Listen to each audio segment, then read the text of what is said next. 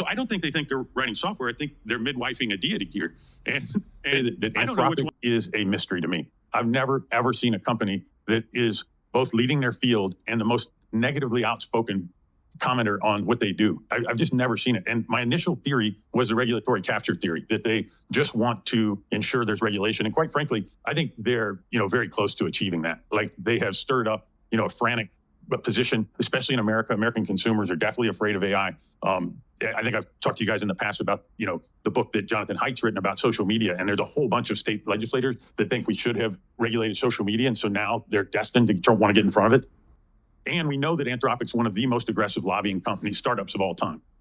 The amount of effort that they're putting in, the amount of money at a state-by-state basis. So that was always my first theory. But then they got so loud that I've literally in the past 30 days read everything I can about Anthropic, and I've come up with a new theory. This is my responsibility, and they're excited about building a species that's superior to humans. And I would just encourage people to read, as much as they can about Anthropic. Chris Olah worked on this thing called the Constitution. It's about 80 pages. It's hard to get through, but I would encourage you to read it. Amanda Askill, who is the chief philosopher, has started doing podcasts. I would encourage you to listen to them and listen to her language. And then Dario wrote this blog post called Machines of Loving Grace. Loving Grace. Yeah, yes. And it was based on a poem. And the poem is kind of weird. We should put a link to the poem. It's quite short. But the last stanza of the poem says, "I like to think of a cybernetic ecology where we are free of our labors and joined back to nature, return to our mammal brothers and sisters." I don't know what that means. Like, we're going to go live in the fields where the mammals live. And then the kicker, and all watched over by machines of loving grace. Sounds like Overlord to me. And then in Dario's post,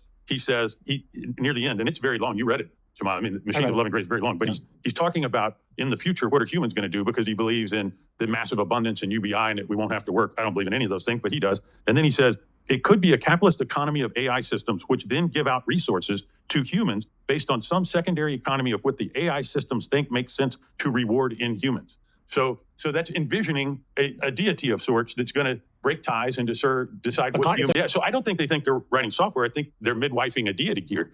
And I don't know which one I'm more afraid of, the regulatory capture or the second theory I call the Dr. Frankenstein theory. It's more scary to me, I think, the second thing.